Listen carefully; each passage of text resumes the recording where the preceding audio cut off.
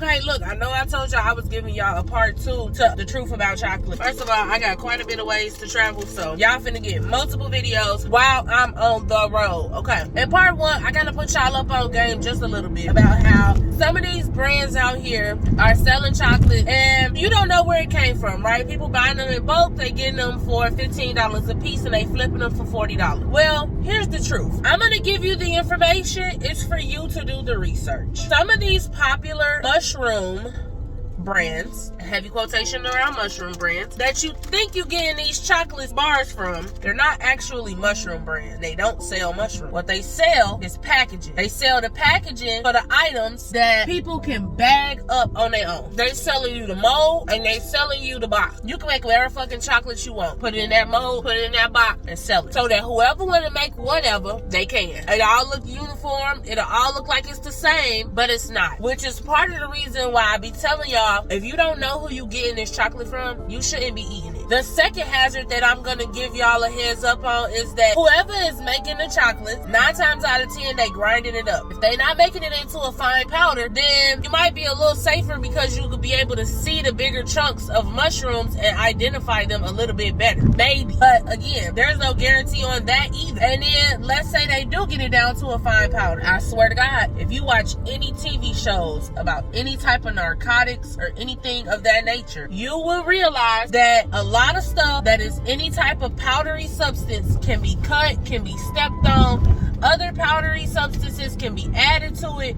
And now you dealing with a whole smorgasbord of not knowing what's in the shit that you're consuming. But all you know is that you spent your $40 and you feel good off of what? And I'm just like, to me, that's dangerous. To me, it's like, that's real spooky business. And I don't think that that's something that y'all should like play with your safety about. A lot of my videos, I tell y'all about stuff because I am trying to reduce harm. I want to spread knowledge and I want y'all to be careful. If I could super go in detail in this video, I would.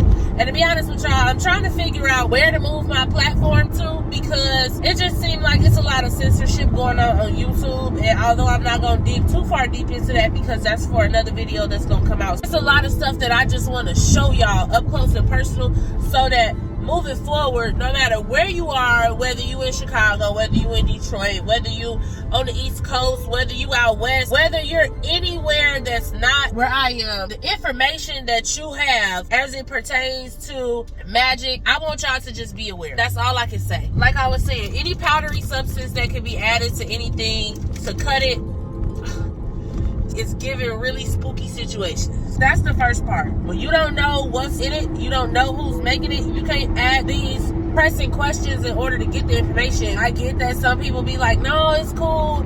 It's cool. Like, no, I had this before. It's good. No. Now, having said all of that, if I had to create a label or recommend things that should be on a label for mushroom chocolate, this is what I think should be on it. Number 1, the type of mushroom that's used in whatever chocolate is inside the package. I haven't had so much experience with different types of mushrooms. I'm just at a point where I have a favorite. I am a penis envy girl. I've tried a lot of other strands of mushrooms, but the consistency as it pertains to penis envy is just something that I like. I know how it make me feel. I like how it make me feel. Given that, I'm a penis envy girl, but let's say I picked up a package that said what was in it was blue meanie mushrooms. No, I probably would pass on that chocolate bar because I've had blue meanies before.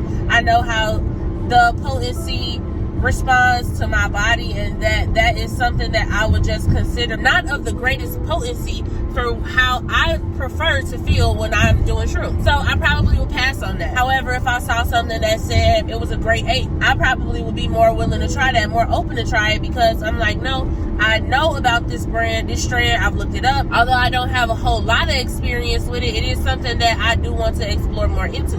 So I think the type of mushroom that is being used to make the chocolate is one of the first things that should be on the label. Number 2, where it was made. I think that if we could not necessarily narrow it down to the name of the chef or the person who's making it, if we could just maybe, I don't know, narrow it down to a state so we know, like, okay, this chocolate came out of this. Like, I think it's a good fun fact, but it's also a way to just narrow down like what you may be able to see or may be able to try. And let's say something has really good reviews, but it needs to be from this particular state. Some type of way to be able to track it and say, hey, I had this from this, it was good, thumbs up, 10 out of 10, recommend. The next thing is dosage, and I think this is the most important part. A lot of times I've looked at some of these labels on these chocolate bars and it says like for a microdose, for a cosmic experience, and I'm just like, no. When we're talking about dosage, we should only be speaking in numbers. How much? If you got a whole chocolate bar and the whole bar got 3.5 grams, okay, the label should read, this chocolate bar contains 3.5 grams. If the chocolate bar has sections in it, like most chocolate bars do, you should also put in there how much is in each little section, right? If you distributed your physical matter evenly in this chocolate, then that means that if there are 9 pieces in this chocolate bar and you use the 3.5 to make the whole chocolate bar, do the math. You should be telling people how much is in each piece, because most beginners are not gonna be like, oh yeah, I'm just gonna eat this whole bar. They're not gonna do that. They're gonna say, no, I'm gonna have a couple of pieces, but because you didn't label this chocolate bar to tell them how much is in the whole thing, they gonna have a couple pieces and they ain't gonna feel nothing and be like, oh, this chocolate bar garbage. But actually, they should have just been more aware of what they was putting in their body, but you didn't put that on the label, so they don't know. And also too, it provides a good way for people to be able to track and say, okay, no, I had a half a gram of penis envy, and that it made me feel good. I like that. Or I had 4 pieces of this chocolate bar, which add up to a gram, and that chocolate bar was made with Costa Rica psychedelic mushrooms. It gives people a point of reference. They can better track their trip. They can track their intake a lot better. It's just a way for them to have some type of measurable, quantifiable research and numbering system where they can remember what they did. I do like the idea of saying how much would be good for a beginner, saying how much would be good for somebody who's advanced, and saying how much would be good for somebody who's a psychonaut. Although I recommend that people always go low and slow. Understand everybody not gonna do that. But to give a person a small gauge between those three little layers of experience, I think that's good too. Another thing, I think they should put on the label what kind of chocolate is being used.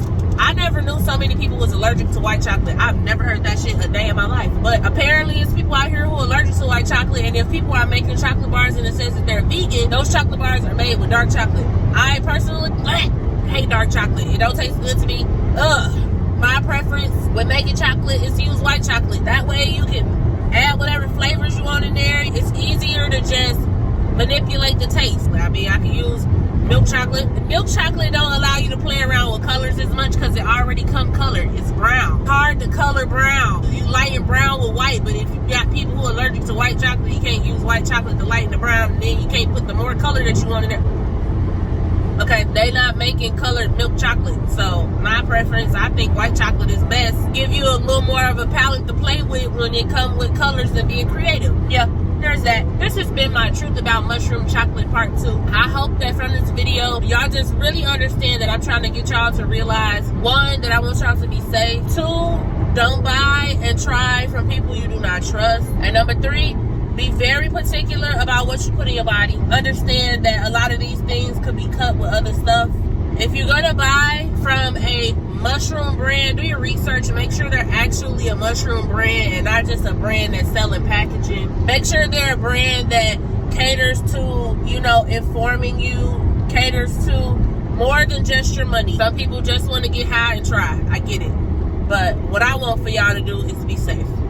If you like this video, go ahead and give it a thumbs up. And don't worry about my broken thumb. Comment, like, and subscribe, and I'll catch y'all on the flip side. Peace out.